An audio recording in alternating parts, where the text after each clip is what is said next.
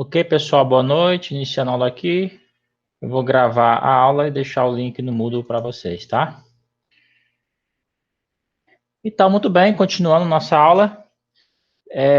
O tema de hoje vai ser sequência de números reais, tá? Então, o que é uma sequência de números reais? Uma sequência de números reais é uma função, tá? Então, uma sequência de números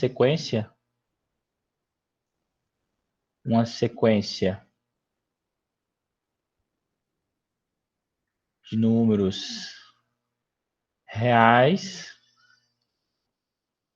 é simplesmente uma função de n para r. Isso é uma sequência, tá? Mas a forma como a gente vai representar essa sequência é assim. Então, ao invés de escrever... Então, eu vou chamar x de n. Isso vai significar x aplicado em n, tá? Então, o foco quando você trabalha com sequências, o foco é no contradomínio, ou seja, ou melhor, o foco é na imagem, tá? E não no domínio em si, tá? Então, por exemplo, aqui a gente vai denotar uma sequência. Geralmente a gente pode escrever assim, fazendo uma lista dos primeiros elementos. Então, por exemplo, x1, x2, x3 e continua aqui xn.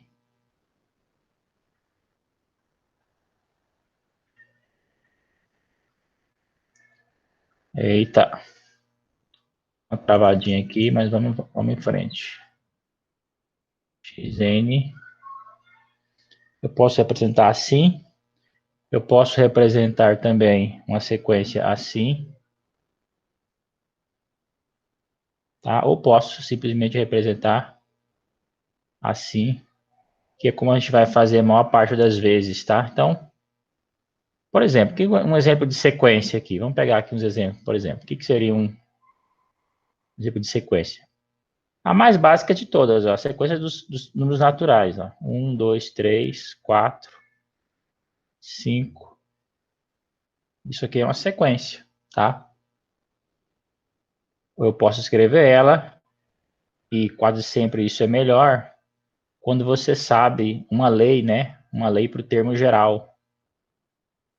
É simplesmente x de n igual a n, né? Então você vai trocando o n por 1, por 2, por 3.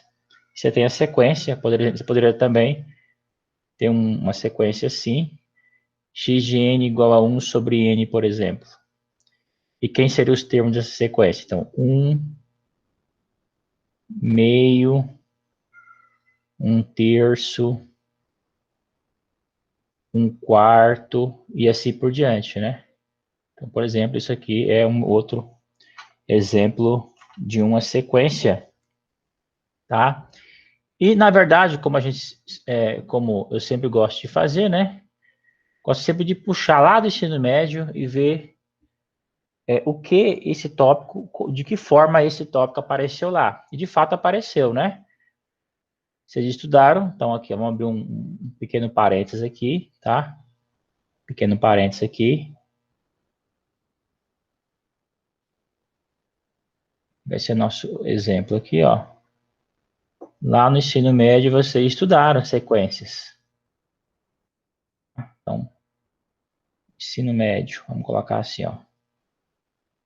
Quando é que vocês viram sequência lá? De que forma vocês viram?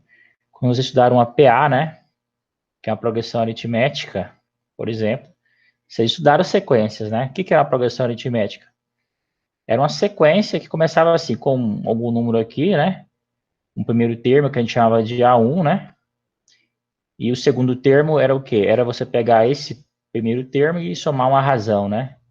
Ou seja, A1 aqui, mais uma razão. O terceiro termo era você pegar... ou seja, a PA é assim, você passa de um termo para o outro simplesmente adicionando uma razão, né? Portanto, o terceiro termo aqui, quem vai ser o terceiro termo? Vai ser você adicionar ao segundo termo uma razão, que é o mesmo que você adicionar duas razões lá ao primeiro termo, ó. E continua assim, né? E aí, só de olhar aqui, você percebe, né? Você percebe que o termo geral...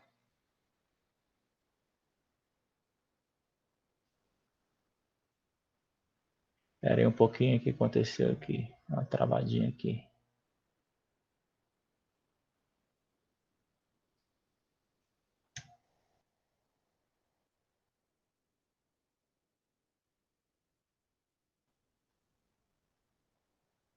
Isso, voltei aqui.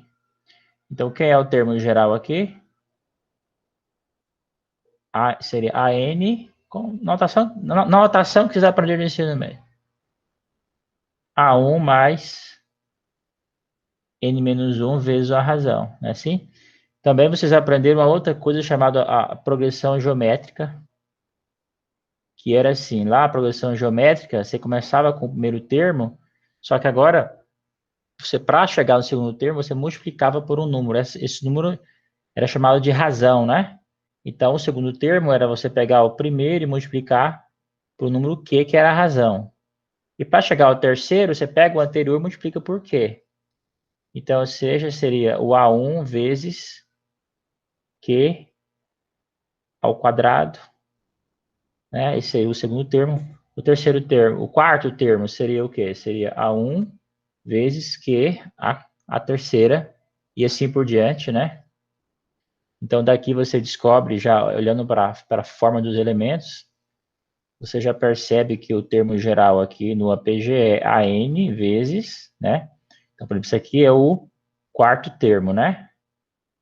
Então, o quarto termo é o A1 vezes Q elevado a 3. Então, o Q tem uma potência menos, né? Então, ou seja, aqui é A1 vezes Q elevado a N menos 1, né? Então, esse é o termo geral. E aí, esses são os tópicos de sequências que aparecem lá no ensino médio. Então, lá você vai fazer todo um estudo o estudo de sequências lá se restringe a PA e APG. Então, esse estudo aqui é muito mais geral, muito mais aprofundado do que esse estudo de PA e PG, tá bom? Então, voltando aqui, então, para nossas sequências. Então, a gente viu aqui, né, que eu posso representar a sequência de três formas, assim, né, listando, são aqui, essas são as formas de representação. Muito bem, então, vamos em frente.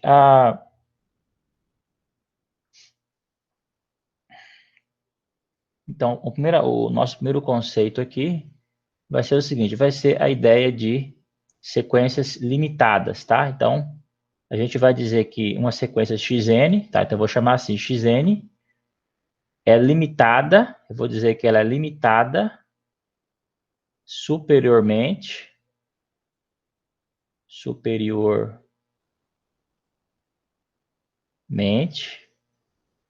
que que vai significar isso aqui? Vai significar que os termos da sequência xn vai existir algum número aqui, um número, eu vou chamar aqui de, digamos, b, tá?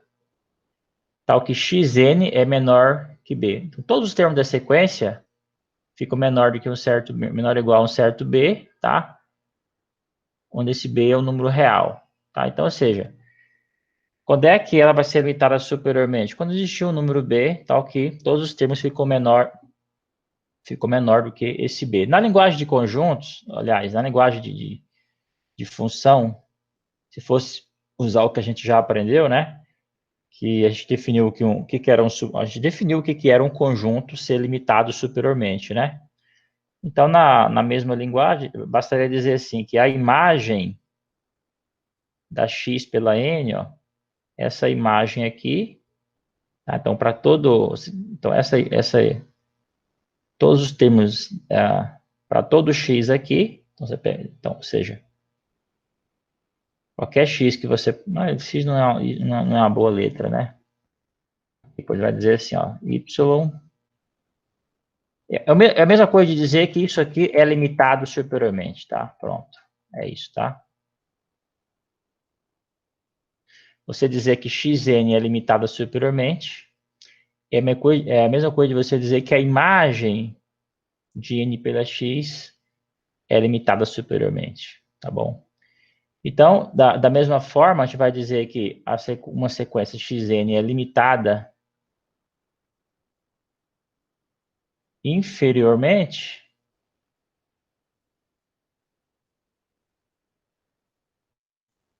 O que vai significar? Vai significar que xn vai ser maior ou igual a um certo A, tá? Vai existir um A em R, tal que xn fica maior ou igual. Todos os termos da sequência são sempre maiores ou iguais a A. E aí, se você juntar as duas coisas, ou seja, dizemos que xn simplesmente é limitada, dizemos simplesmente isso, que xn é limitada quando existir o número A e o número B, tal que o xn fica menor ou igual a A ou B, ou seja, quando ela for limitada inferiormente e superiormente, nós vamos dizer simplesmente que ela é limitada, tá? Então, por exemplo de sequência limitada. Então, o exemplo mais simples poderia ser a sequência constante. Você pega uma sequência xn aqui igual a um certo número A, tá? Ou seja, os seus termos não mudam. É evidentemente uma sequência limitada, né? Porque basta você pegar que, por exemplo, todos os termos ficam menores do que A menos 1 e A mais 1, por exemplo, né? Você pode também pegar aqui uma sequência, por exemplo, aqui 1 sobre n. Essa também é uma sequência, então, essa também é uma sequência limitada. Então, essa aqui é limitada, né? É limitada. Sequência constante. Essa aqui também é limitada, né? Porque quais são os termos dela aqui? Você começa aqui com 1, meio, 1/3, 1/4, 1/5 e vai continuando. Ou seja, todos os termos dessa sequência certamente ficam aqui, né? Entre 0 e 1, por exemplo, né? Entre 0 e 1, todos os termos certamente ficam aqui dentro, ó, desse intervalo. Então, ou seja, se os termos da sequência, se existir um intervalo que contém todos os termos da sequência, automaticamente ela é limitada, né? Você pode dizer também, tá? Outra forma de você expressar que a função é limitada é você exibir algum número C, tal que o módulo de xn para todo n, né, fica menor ou igual que C. Então, isso aqui também significa dizer que a sequência xn é limitada.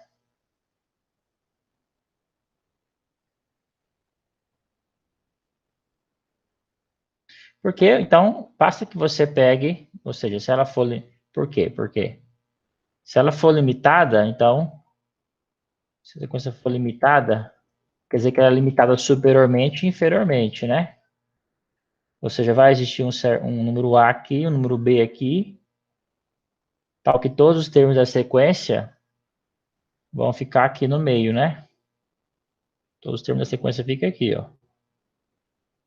Então, basta que você pegue esse C aqui como sendo, por exemplo, o maior, né? Se você pegar aqui o número C como sendo aqui, por exemplo, o máximo dentre o módulo de A e o módulo de B, certamente você vai ter essa condição. Essa condição aqui, ó. Tá bom? Muito bem, então, Seguindo em frente aqui. Vamos falar de um conceito aqui que esse é um conceito central, tá? Que é o limite de uma sequência. Na verdade, esse é o tópico principal. São as sequências convergentes. Então, mas só para fechar aqui, eu dei exemplo de sequências limitadas, né? Qual seria o exemplo de uma sequência ilimitada, por exemplo? Um exemplo seria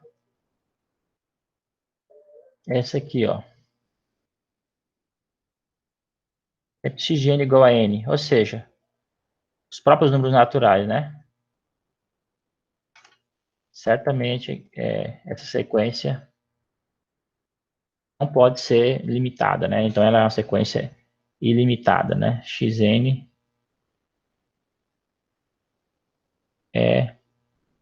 não é limitada, ó.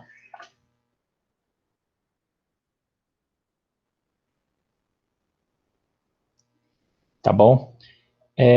Então, agora sim, vamos falar do limite de uma sequência, tá?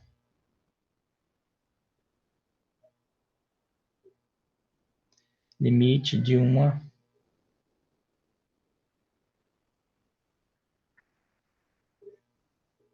sequência. Vocês vão ver que esse estudo é muito parecido com uma coisa que vocês já estudaram lá no cálculo, né? Lá no cálculo 1, que são os limites de funções, tá? Vocês vão ver muitos resultados parecidos com o que vocês viram lá, tá? Então, é o seguinte, então, nós vamos dizer que o limite de uma sequência xn é A, tá? Se para todo epsilon maior do que zero existir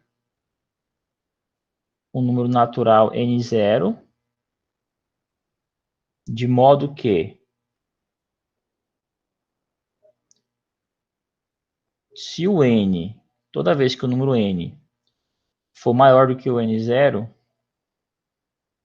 isso implicar que a distância do xn até o A fica menor do que o epsilon, tá? Então, essa aqui é a definição, tá? E quando isso acontece, nós dizemos que,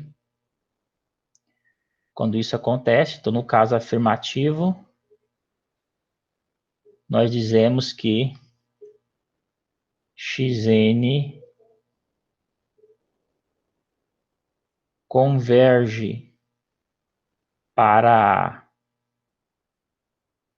tá? Ou que o A é um limite da sequência xn. Tudo bem?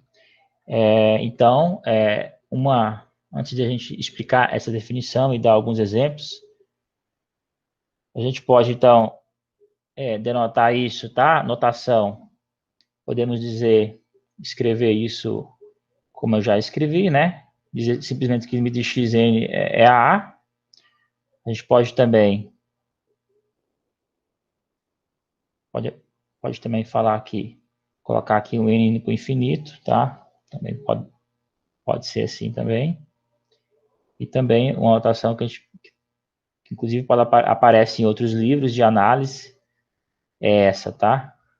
xn uma setinha para A. Então, tudo isso aqui é para falar, que xn converge para A.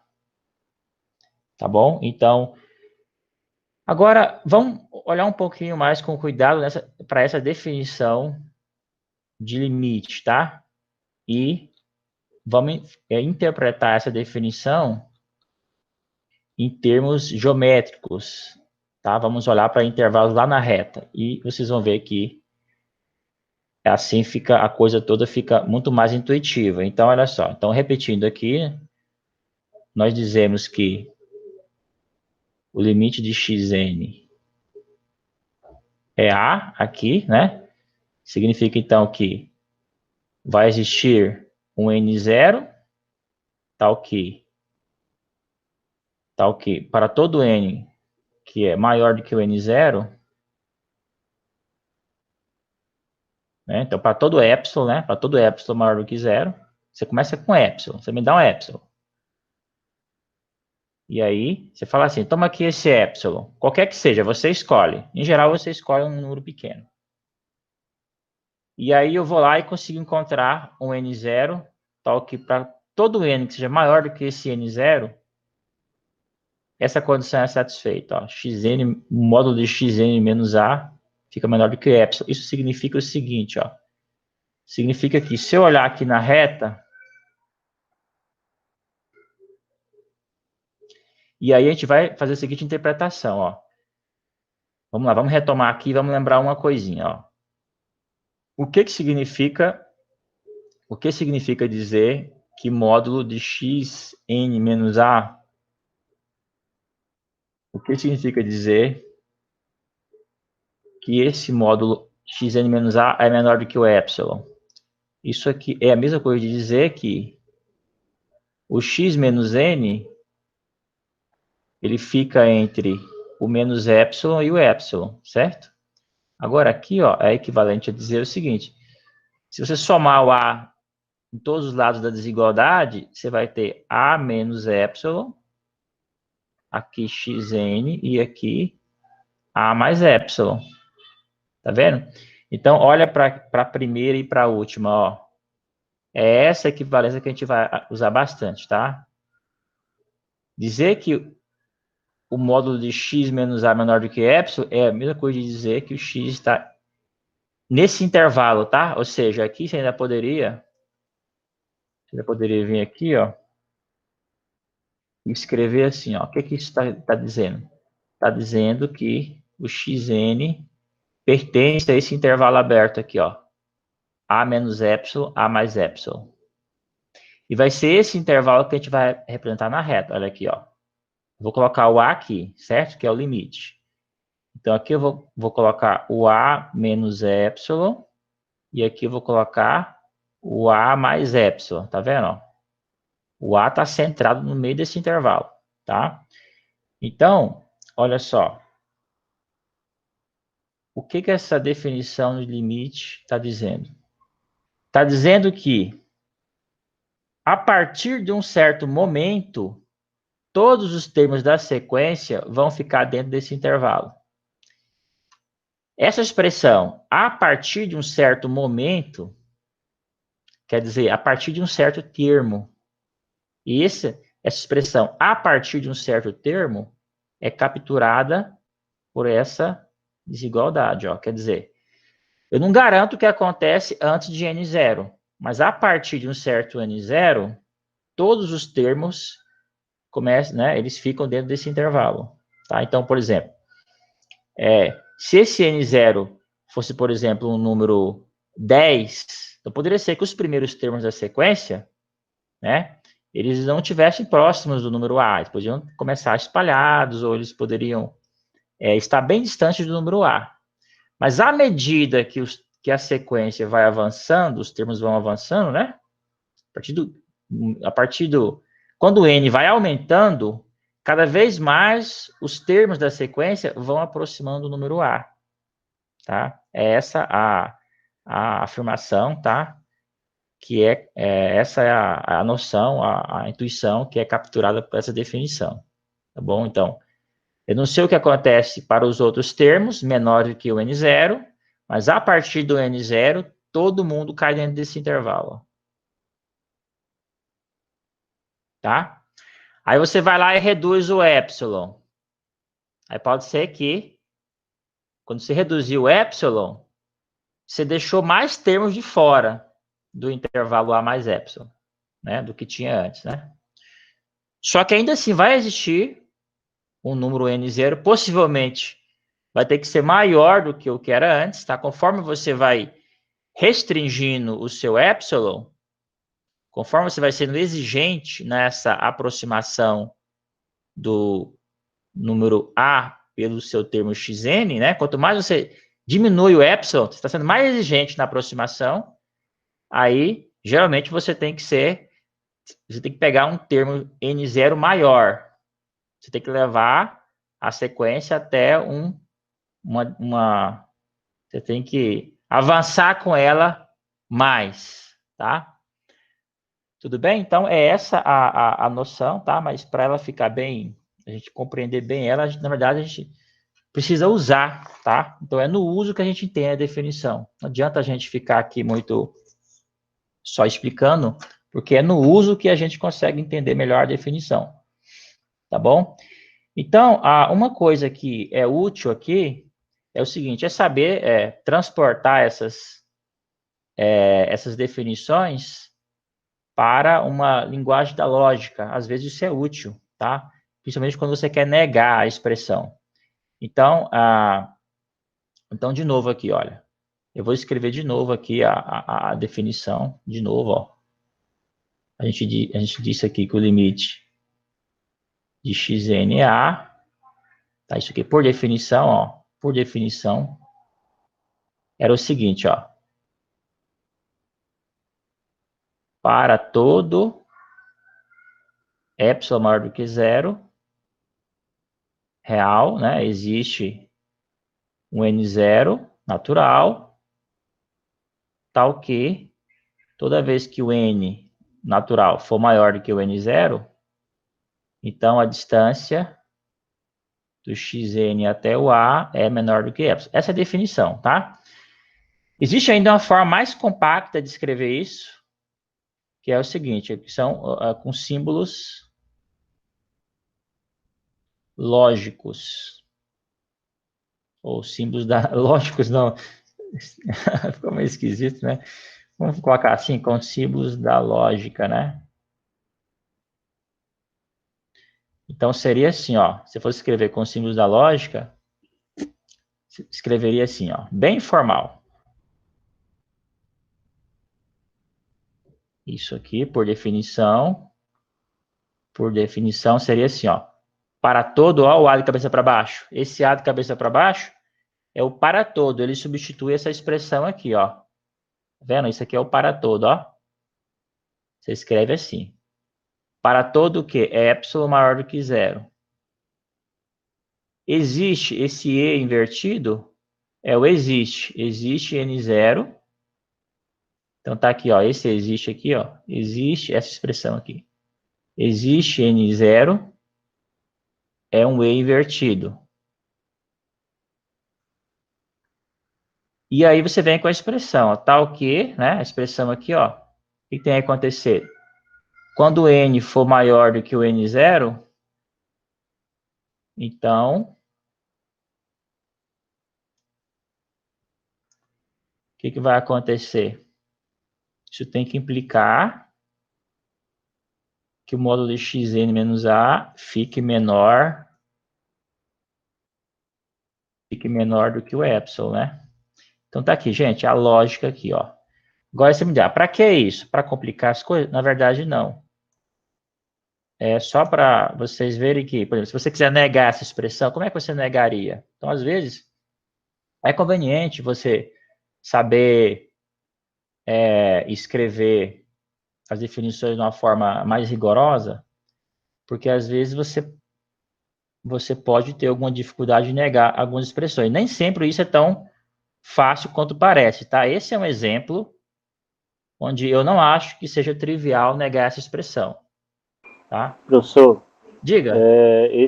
o pertence aos naturais não precisa colocar, não? Não, eu poderia colocar, mas eu preferi não pôr aqui só para ficar parecido com. Ah, Já que eu não coloquei pro epsilon real, eu não coloquei pro n, não, tranquilo. tá? Mas a gente sabe Não, aqui que o. era só uma dúvida mesmo, para ver se Não, precisava ou sim, não. sim. A princípio poderia ficar assim, diga o nível de rigor pode aumentar ad infinito, né? Tá bom? Mas aqui vamos deixar assim, então não tem nenhum perigo, tá? Até porque nos outros símbolos eu não estou colocando, né? Estou deixando tudo mais ou menos implícito, né? Eu não falei que o epsilon é real, não falei que o n é natural, né? Então, na verdade, tá tudo aí subentendido, né? Ok. Muito bem. Então, como é que você nega o para todo? existe. Ó, existe epsilon maior do que zero. Como é que você nega o existe? Aí é o para todo, ó. Para todo N0. Como é que você nega? Isso aqui, gente, é uma implicação lógica, ó. Como é que você nega? Como é que você nega essa implicação lógica aqui? Isso aqui, ó, é o P, tipo assim, né? P implica Q, né? Como é que você nega o P implica Q?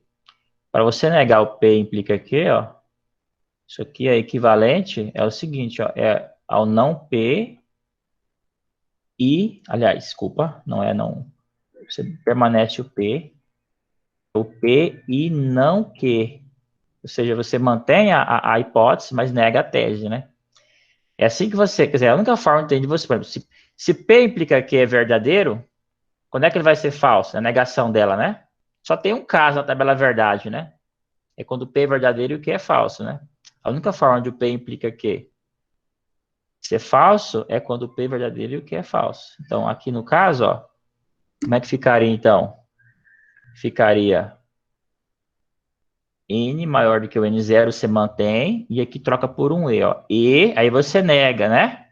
Você nega, qual é a negação de módulo de Xn menos A menor que Epsilon? A negação é Xn menos A maior ou igual a Epsilon, né? Tá bom? Fiz questão de fazer isso com detalhes aqui, porque negar essa definição de limite a gente pode facilmente se perder aqui, tá? Essa negação, tá bom? E não é, às vezes pode não ser muito evidente como é que você nega essa expressão quando você está trabalhando só com palavras, tá? Por exemplo, tal qual a definição que eu dei, tá bom? Então, às vezes é interessante você saber traduzir essas expressões para alguma forma mais logicamente precisa, e depois você volta lá, né, para a expressão onde ela estava. Tá bom, gente? Então, vamos aqui em frente, então. Nós já vimos. Então, como é que nós já vimos isso? As notações quando a xn converge, muito bem. Vamos voltar aqui, então. Muito bem, então. Agora, vamos ver aqui um exemplo, né, de sequência convergente, ó. Pega um exemplo, vamos ver aqui um exemplo de sequência convergente.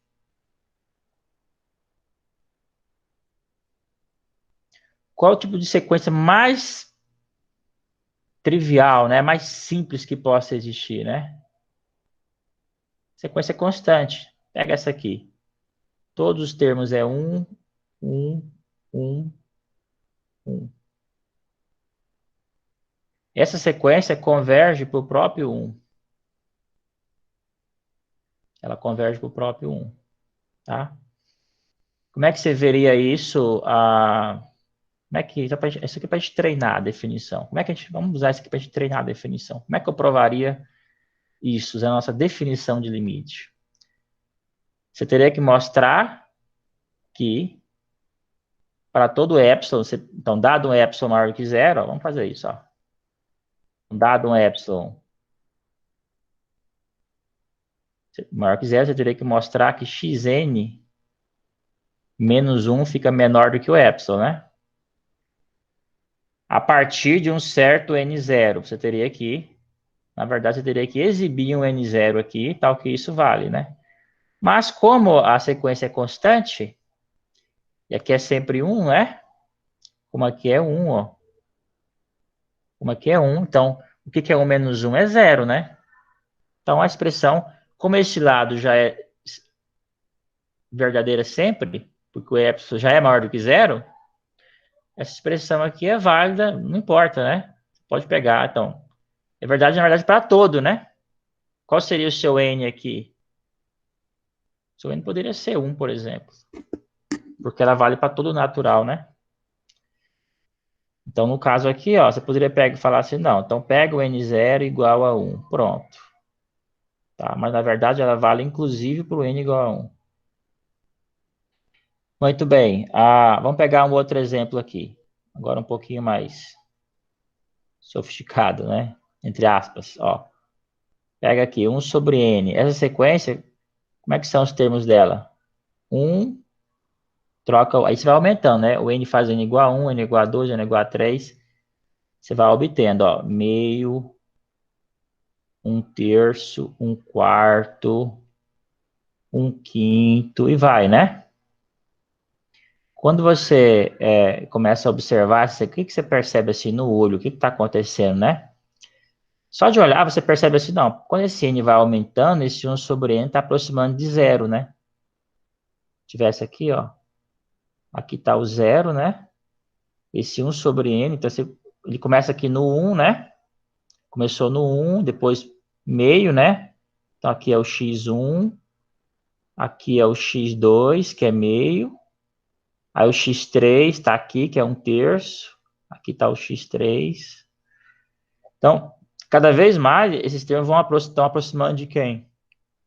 Quando você observa aqui os primeiros termos, você percebe que está aproximando de zero, né? Agora, como é que você prova que é zero? A definição de limite é interessante, porque você vai provar que o limite...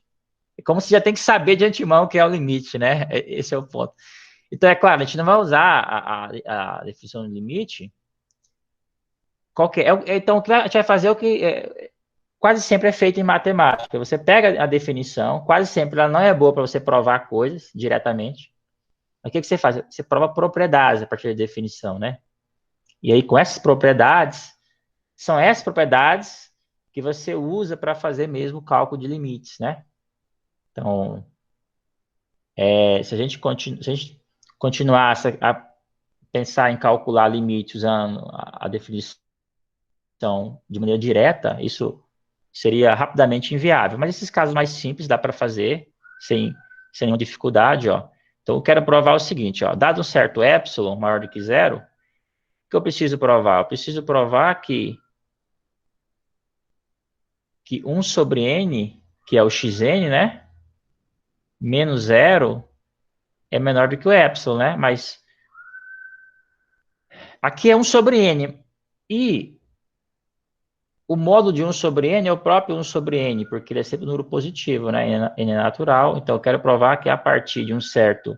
Eu preciso encontrar o meu n0, estou indo em busca dele, né? Mas olha só, quando é que essa expressão fica verdadeira? Ela fica verdadeira se trocar de lugar aqui o n com epsilon de lugar, você vai ter n maior do que 1 sobre epsilon, né?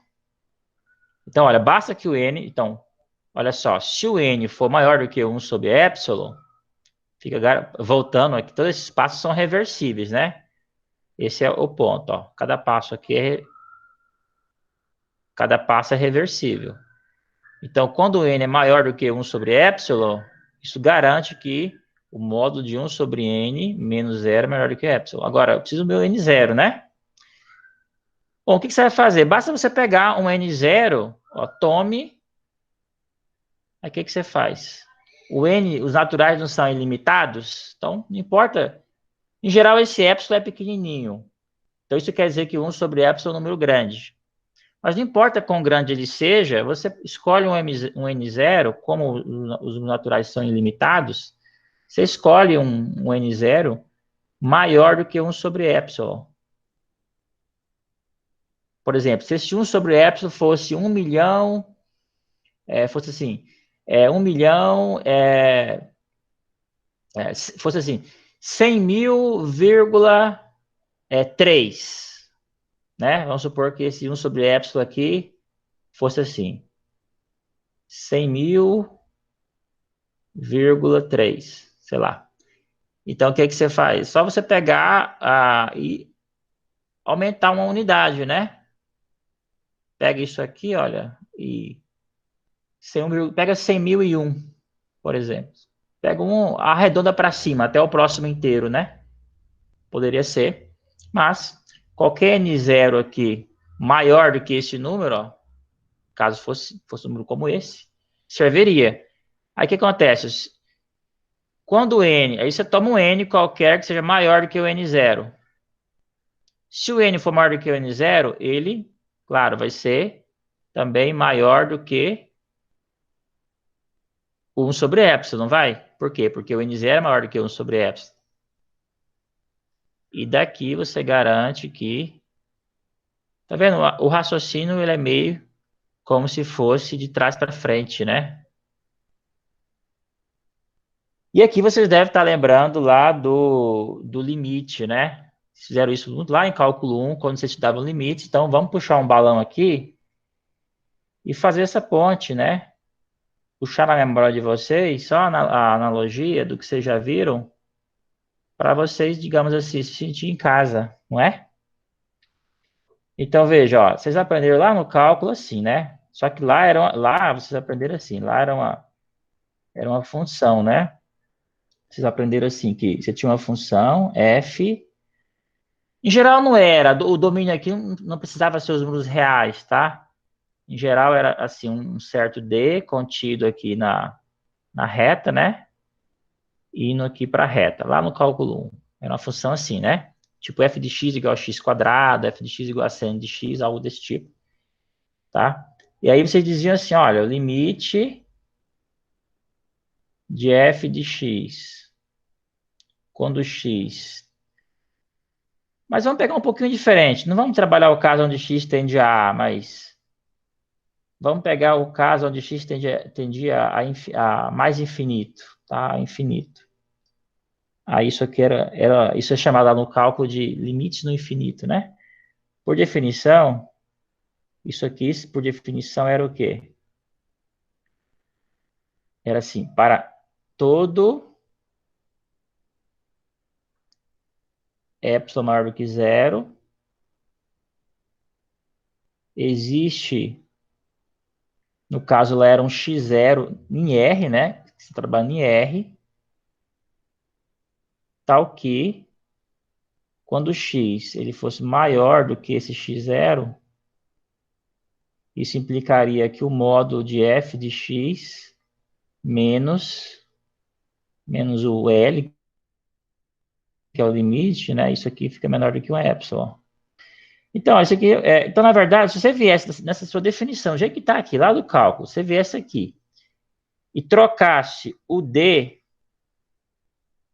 por N natural, então isso aqui viraria uma definição de convergência de sequência, tá? Se você fizer isso aqui, você está fazendo exatamente o que eu estou dizendo aqui, que eu estou ensinando, que é, ou seja, essa F passa a ser uma sequência, né? F é uma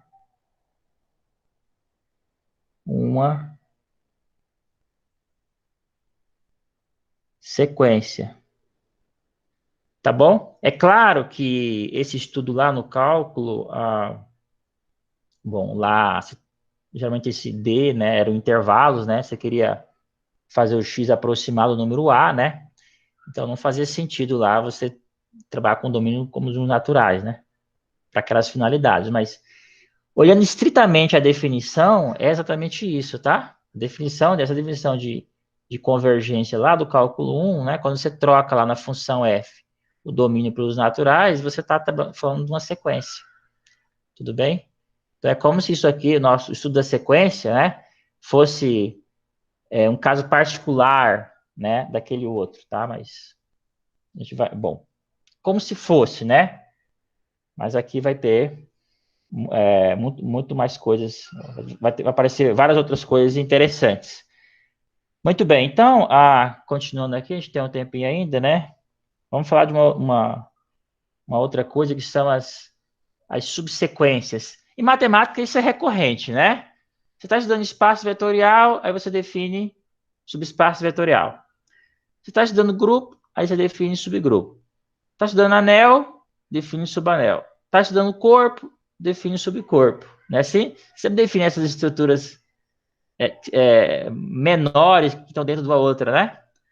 Então, uma vaga analogia, né? Porque aqui não é uma estrutura, mas se trata de uma subsequência. Então, o que é uma subsequência? É o seguinte: você começa aqui com uma sequência. Xn. Então, aqui está uma sequência, tá? Essa aqui é uma sequência.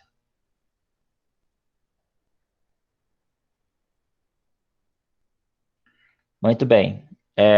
E aí, só para a gente estar sempre, não perder de vista, que a sequência é simplesmente uma função de n para r, tá? Muito bem. Então, o que vai ser uma subsequência? Uma subsequência vai ser o seguinte: você vai pegar um subconjunto infinito de n, você vai chamar ele de n', tá? Então, e você vai formar uma sequência com esses novos índices. Ou, na verdade, são os índices antigos, mas só uma parte deles, né? Então é o seguinte, ó, isso aqui vai ser uma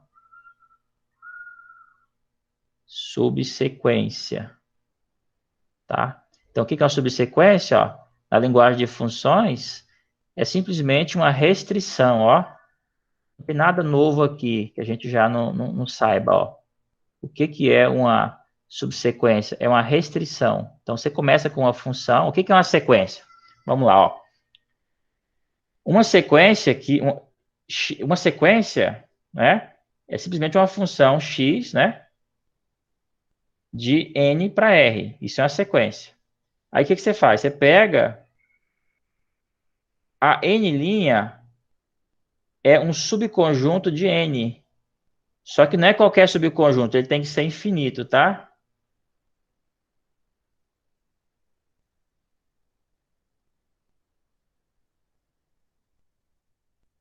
Infinito, tá? Ele tem que ser infinito. Então você pega um subconjunto, um n', um subconjunto de n infinito. Então essa restrição de n ao n' é a subsequência. Então, por exemplo, ó, se eu tivesse aqui, digamos que eu tivesse aqui x1, x2, x3, x4, x5. Essa aqui é a sequência, tá? O que seria a subsequência? Eu viria aqui, ó, e, por exemplo, e aí eu teria que escolher os índices, né? Então, vamos supor que eu vou pegar meu n' como sendo os números ímpares. Então, vai ser 1, 3, 5, 7 e por aí vai, né? Aqui, ó. Esse é o conjunto. Então, como é que eu vou formar a minha subsequência? Eu vou vir aqui e vou escolher só os termos ímpares, ó. E vou colocar aqui, ó. Então, vou colocar o x1, depois o x3, depois o x5 e por aí vai, tá vendo? É simplesmente assim. Então, você tem, o que é uma sequência? É uma lista infinita, né? x1, x2, x3. Essa lista, claro, infinita, olhando como a lista, ela é infinita, mas como um conjunto, aí não, né? Tá? Pode ser, por exemplo, tá? Só para a gente, vamos abrir um parênteses aqui, para explicar isso melhor. Se tivesse com a sequência aqui, por exemplo, 1, menos 1, imagine se tivesse aqui com a sequência assim, ó. Menos 1, 1, menos 1, 1, menos 1. É uma sequência, né? Uma lista infinita.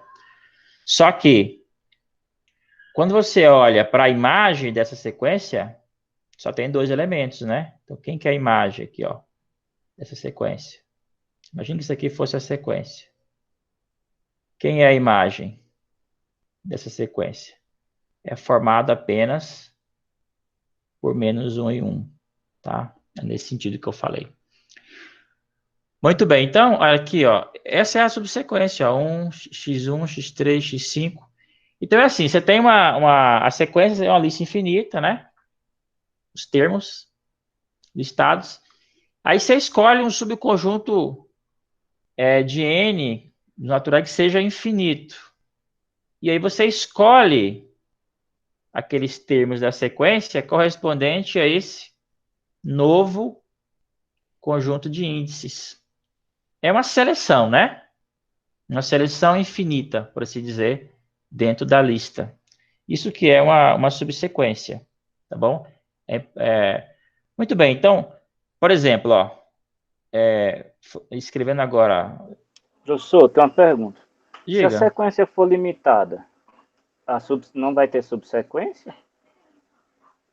sim, sempre tem. Inclusive ela mesma, né? Por essa definição, você pegar aqui, toda sequência vai ter uma subsequência, nem que seja ela mesma, né? Pega lá aquela sequência, é,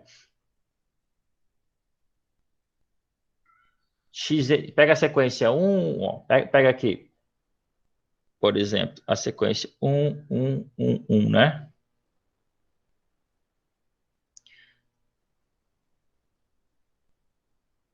Por exemplo, quem que seria uma subsequência, o que seria uma subsequência dela? Poderia ser ela mesma, tá? Não tá, isso não está relacionado com o fato dela ser ou não limitada, tá bom? Entendi. Muito bem. Continuando, olha, você, por exemplo, imagine o seguinte, ó. Imagine que eu estou com essa sequência aqui, por exemplo. Ó, pegar o caso mais simples, ó. Xn igual a n. É a sequência dos números naturais, né? 1, 2, 3, 4, 5 e por aí vai, né? Quem poderia ser uma subsequência aqui? Eu poderia pegar uma subsequência formada só pelos números ímpares, ó. Aqui, por exemplo. E aí, como é que eu poderia escrever essa sequência? Eu poderia escrever assim, ó. Pego aqui 2n-1 igual a 2n-1. Tá vendo? Quando eu desenvolver essa sequência aqui, vai ser 1, 3, 5 e por aí vai, ó. Eu poderia também pegar os pares, né? Os pares aqui, ó. 2, 4, 6. Como é que seria? Uma subsequência formada pelos pares. Poderia ser assim, x2n igual a 2n, por exemplo. Quem seria? Então, seriam os pares, né? Os pares seriam 2, 4, 6 e por aí vai, né? Continua, tá bom? Então, aqui tem uma sutileza, tá? Que, na verdade, a gente definiu, a gente falou que uma sequência, tá? Tem uma sutileza aqui. A gente falou que uma sequência tinha que ser uma função de n para r, né? Isso era uma sequência. O domínio, a gente falou, ó, o domínio tem que ser os naturais, né? Aí agora eu estou falando, eu estou dizendo também, porque uma subsequência é uma sequência, certo? Aí eu estou dizendo assim, não, você pode ter uma sequência na qual o domínio não é os naturais. Por exemplo, n' pode ser os números só os ímpares, né? Aí a princípio estaria assim, não estaria de acordo com a definição, né? Porque lá você falou, ó, para ser uma sequência tem que ser os números naturais. Ah, mas como assim? Olha, você pegou só uma sequência formada pelos números ímpares. Então, olha, você restringiu os números ímpares, então isso não é uma sequência. Mas calma, olha só. Esse exemplo é para mostrar que isso não gera nenhum problema. Porque você pode, digamos assim, reindexar, fazer uma reindexação dos termos e continuar com. Você pode tratar essa subsequência ainda com o domínio em N. Foi o que a gente fez aqui, não foi? Ó? Tá vendo? Ó? Essa x2n aqui, qual é o domínio dela? Qual é o domínio dessa subsequência x2n? Qual é o domínio dela? Voltando lá para a linguagem de função. Ó, qual é o domínio dela? Não é os naturais? Tá vendo? Então eu posso, ao invés de trabalhar com esse subconjunto n' aqui, eu posso reindexar os termos da sequência de tal modo que o domínio dessa subsequência sejam todos naturais. Foi o que eu fiz aqui, tá vendo? É uma sutilezinha, tá? Mas que é bom explicar aí para vocês. Então, muito bem, então, A gente está aqui já meio que explodindo o tempo, né? Então, para fechar aqui, deixa pelo menos eu provar pelo menos um.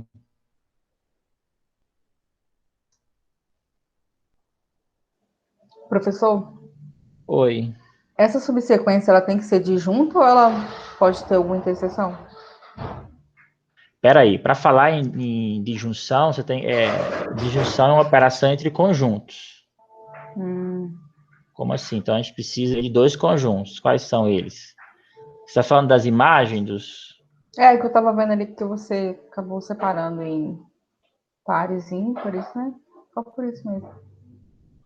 Ah, sim, não, mas sim, agora eu entendi, tá? Entendi. Eu não tinha pegado a linha da sua pergunta, mas agora eu peguei. Porque os dois são subsequências dos naturais, né? Sim, sim. Não, a princípio não. A princípio, qualquer subconjunto infinito de N, a princípio, qualquer subconjunto infinito formam a. Nesse caso é que eu peguei, né, os pares ímpares porque é mais intuitivo. Mas poderia ter sobreposição, tá? Na verdade, o número de subsequências que eu posso formar de N é P de N, né? Por exemplo, ó, quantas subsequências eu posso formar? Quantas subsequências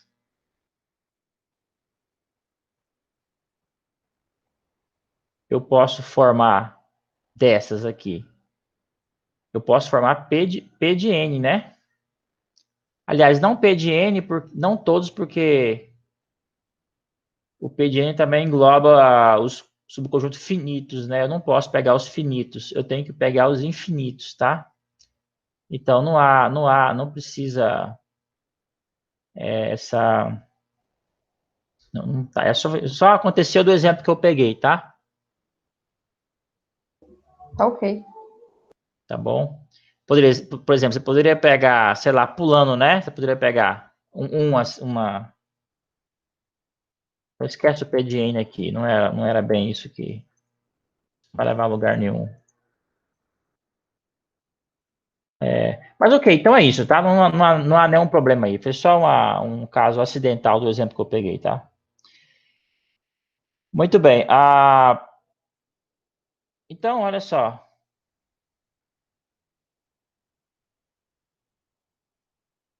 O que é? A gente viu que é uma sequência limitada, né? Então, olha. Vamos colocar uma observação aqui. Vamos colocar como observação. Ó. Observação.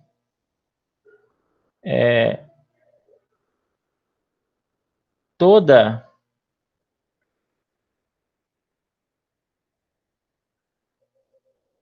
subsequência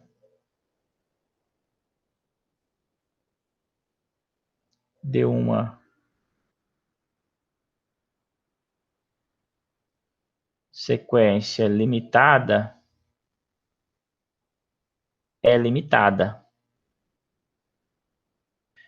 Então, claro, ó, se todos os termos, por que isso é verdade? Olha, se todos os termos xn, né?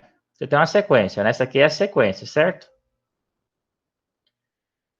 O n aqui está lá nos naturais, né?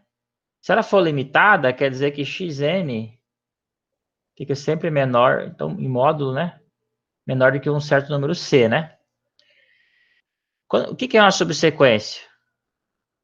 Você vai pegar xn, mas o n agora não vai estar lá em todo o n natural, mas vai estar em n', né? Que é um subconjunto lá, né?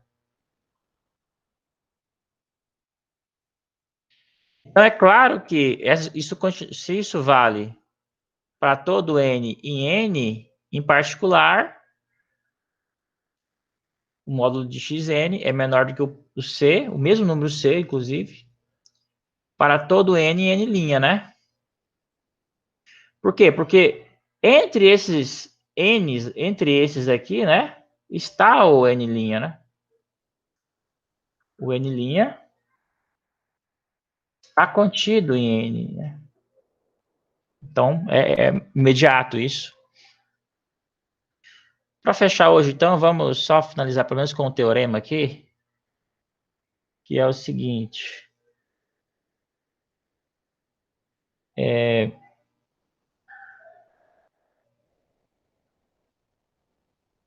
o limite é único, tá? Então, uma sequência, como é comum também em matemática, né? A gente provar a unicidade dos objetos que a gente define, né? Então, ó, uma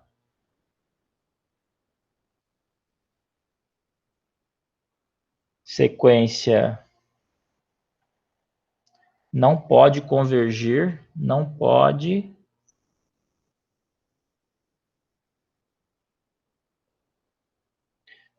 convergir para dois limites distintos.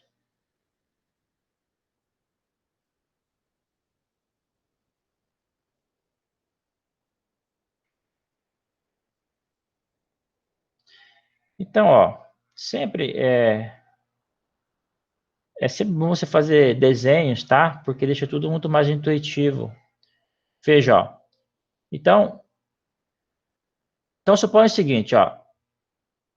Suponha que a sua sequência é essa, xn, ela converge, suponha que ela converge para dois limites. Mais ainda, suponha que esses dois limites sejam distintos, tá bom? Suponha que eles fossem distintos. Então, o que iria acontecer? Acontecer que na reta, ó,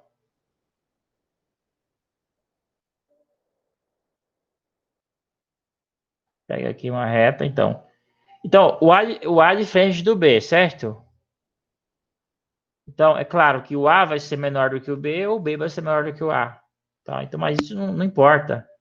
Você pode representar aqui, você pode colocar o A aqui e o B aqui, ó. Porque se o B tivesse aqui e o A tivesse aqui, o raciocínio não ia mudar em nada. Então, veja, ó. Como o limite de xn é A, o que isso significa? Que vai existir para todo epsilon, para todo epsilon 1 que você pegar, vai existir um intervalo aqui, ó. Então, quer dizer assim, para qualquer intervalo que você pegar, intervalo aberto contendo A, qualquer intervalo aberto contendo A que você pegue, né? A partir de um certo índice, vai existir um certo índice, né? A partir de um certo índice, todos os xn ficam aqui dentro. Então, ou seja, vai existir um certo n1, tá? Tal que todos os termos da sequência vão ficar aqui dentro, ó. Isso é a definição. Dizer que limite de xn é A, quer dizer, a partir de um certo momento, a partir de um certo índice, todos os termos da sequência ficam dentro desse intervalo. Aí o que você faz, ó? Então, então você vai lá e pega um outro intervalo aqui, ó, centrado em B. Você pode fazer isso, porque você pode pegar um epsilon aqui, um epsilon 1 bem pequenininho, aqui, ó, você pega um epsilon, você tem liberdade de escolher quem é o epsilon, então você pega um epsilon bem pequenininho. Por exemplo, qualquer epsilon que seja menor do que a metade da distância de A até B serve, tá? Então, basta que ele seja pequenininho para não haver interseção entre esses dois, tá vendo? E aqui vai ter um epsilon 2 também. Você tem essa liberdade de escolher um epsilon 2 bem pequenininho, de tal maneira, ó, que isso aconteça, ou seja, que esses dois intervalos sejam disjuntos. Você vai escolher aqui um epsilon 1, aqui um epsilon 2, de tal maneira, ó, que esses intervalos A epsilon 1, A menos epsilon 1, A mais epsilon 2, a interseção dele com o B menos epsilon 2 e B mais epsilon 2 seja disjunto. A interseção é vazia. Então, aqui é a mesma coisa, ó. A partir de um certo índice, existiria aqui um certo N2, né? Tal que o xn, todos os xn estaria nesse intervalo, centrado em B, a partir do índice N2. Isso é contradição, não é? Porque a partir de um certo índice, ou ele tem que Ele não pode estar, os termos não podem estar em dois intervalos ao mesmo tempo, de juntos, certo? Essa é a contradição, tá? O xn não pode se acumular nos dois ao mesmo tempo, por quê? Porque eles estão disjuntos. Tá bom? Essa aí é a contradição. Então vamos parar por hoje. Na próxima aula a gente continua falando mais sobre sequências